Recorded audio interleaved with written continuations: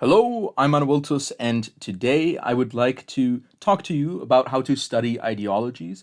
These are some ideas that I think are particularly important when looking at various political ideologies. And theoretically, you could also apply this to a number of other fields of study as well. But specifically, I'm talking about ideologies today. So I think three main elements can be used to study here, and those are theory, praxis, and history. So the theory is the more ideological side of the ideology.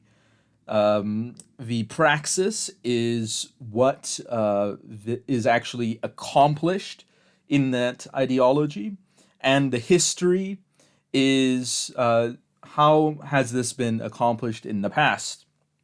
So, for example, let's dive into theory. So, theory, when looking at the theory of an ideology, I think three important elements are the worldview, the values and goals, and the ideal models. So, the worldview is simply the general way in which this ideology looks at the world. Now, this could be based on a particular religion or irreligion. It might involve certain ideas about how society works. It might involve certain presuppositions, just simply the worldview that people adhering to this ideology use in order to make sense of a world and to therefore justify or rationalize their ideology in the context of the world. So the second point, values and goals. The importance of this one, of course, is that once you have established what the world is and what is real, what is not real, and how the world works, you also have to then decide what are you going to do. So, and what is it that you value about this, and what is it that you would like to change?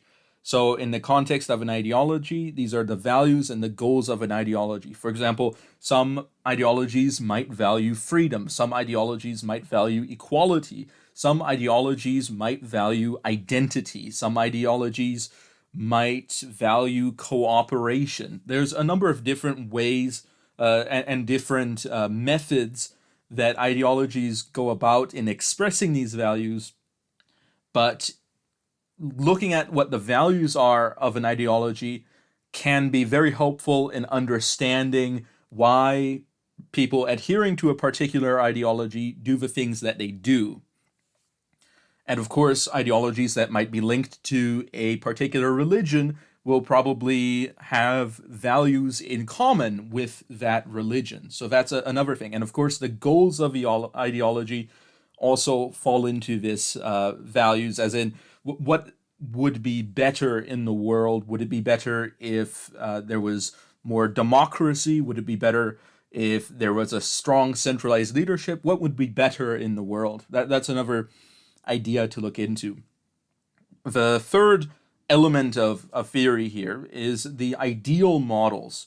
So, what is an ideal model? When you're looking at an ideology, the ideal model is how people adhering to that ideology imagine that the ideology is carried out. What would be a successful example of this ideology? And when I say an ideal model, that means that I'm not talking about a historical example or a current example of the ideology in practice, but more an example of what the followers of this ideology would imagine a society that actually has fully implemented the ideology to look like. So, for example, in communism, there is the end goal of communism, and then of course there are intermediate stages between the current world and that end goal of communism. And that end goal of communism and how the society functions at that point can be considered the ideal model of the ideology. And of course, ideologies can have multiple ideal models. For example, you could say that the transitional periods can themselves have ideal models. And of course, each ideology's ideal model will be different in a number of different ways. And understanding what it is that ideologues want the world to look like can be very useful when studying an ideology. Now, these 3 points under the theory of the ideology, that is, the theory itself of the ideology is best studied from people that actually adhere to the ideology. And the reason for this is because people that don't adhere to that particular ideology likely adhere to a different ideology. While this does not necessarily mean that they are dishonest or that they would necessarily want to misrepresent a particular ideology, it means that they are giving an outsider's perspective.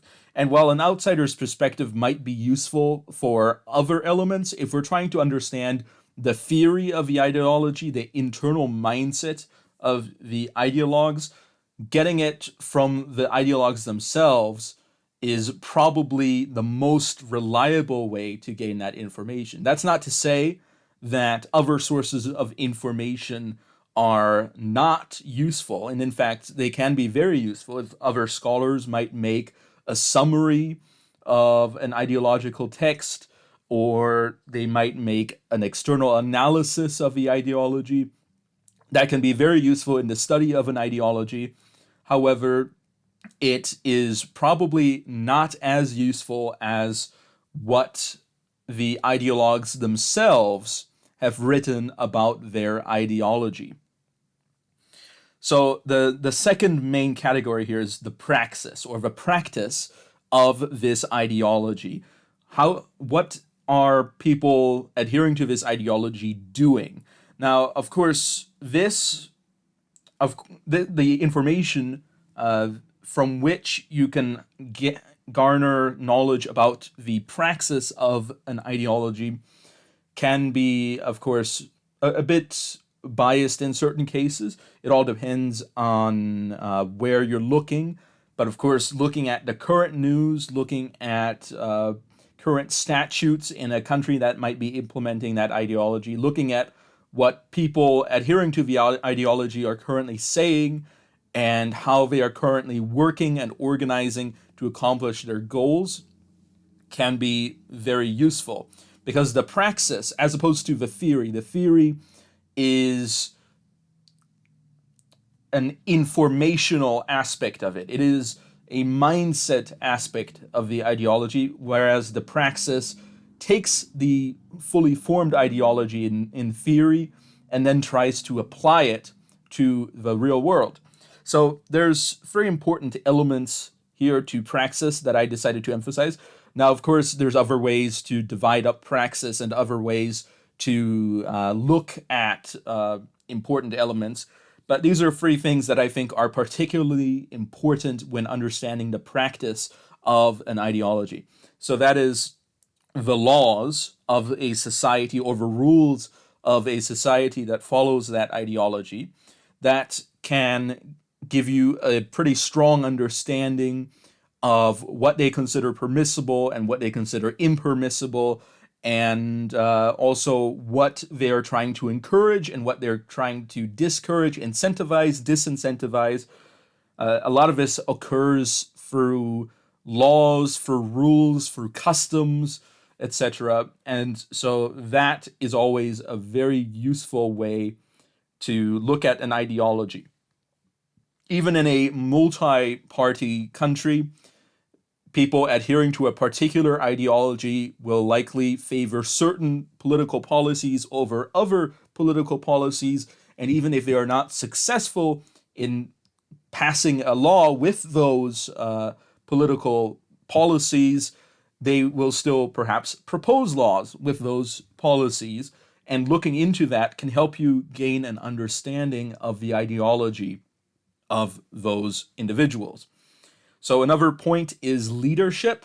So this is the character of the leaders of an ideology, and that can help you really understand certain ideologies, especially because not all ideologies are fully based on ideal models in a full sense as much as they are based on the changing ideas and development of the leader of an ideology. So there's a number of ideologies that are very leadership centric, and understanding the active leadership of an ideology helps you understand what they are trying to accomplish and how they're going about accomplishing that. And also, looking at the culture of the ideology is another important way to examine the praxis of the ideology. Because a political ideology, while it may work to change the polity, to change the way that a country is run, they also tend to also look at how the broader society changes, the broader culture changes. So, particular members of certain ideologies, especially if it is an ideology that has religious elements to it, will encourage and discourage and exhibit or not exhibit certain cultural elements in their daily lives or perhaps at certain times. And looking at that can really help you when studying ideologies. And of course, the different emphases on reform, when you're looking at laws, leadership, and culture, those are three different ways that a country can reform itself, either by changing its laws, by changing its leaders, or by modifying its culture.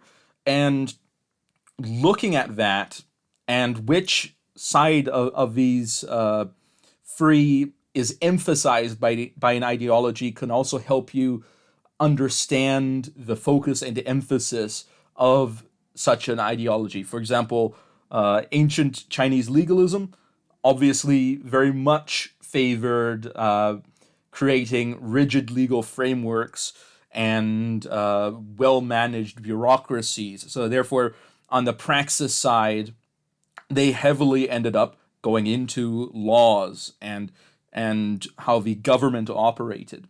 So that's an example there. But of course, the third point is history. So we've talked about what an ideology wants in the worldviews, their values, and what they consider a success of their ideology, how the ideology is actually functioning currently in the laws, leadership, and culture. But another element here is the history of an ideology.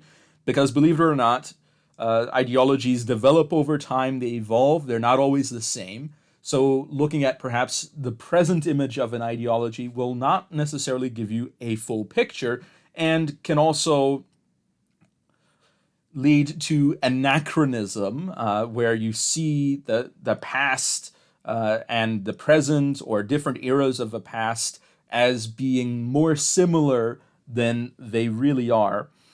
And therefore, understanding the history of an ideology can be very useful. And of course, internal histories and external histories are both good for this purpose.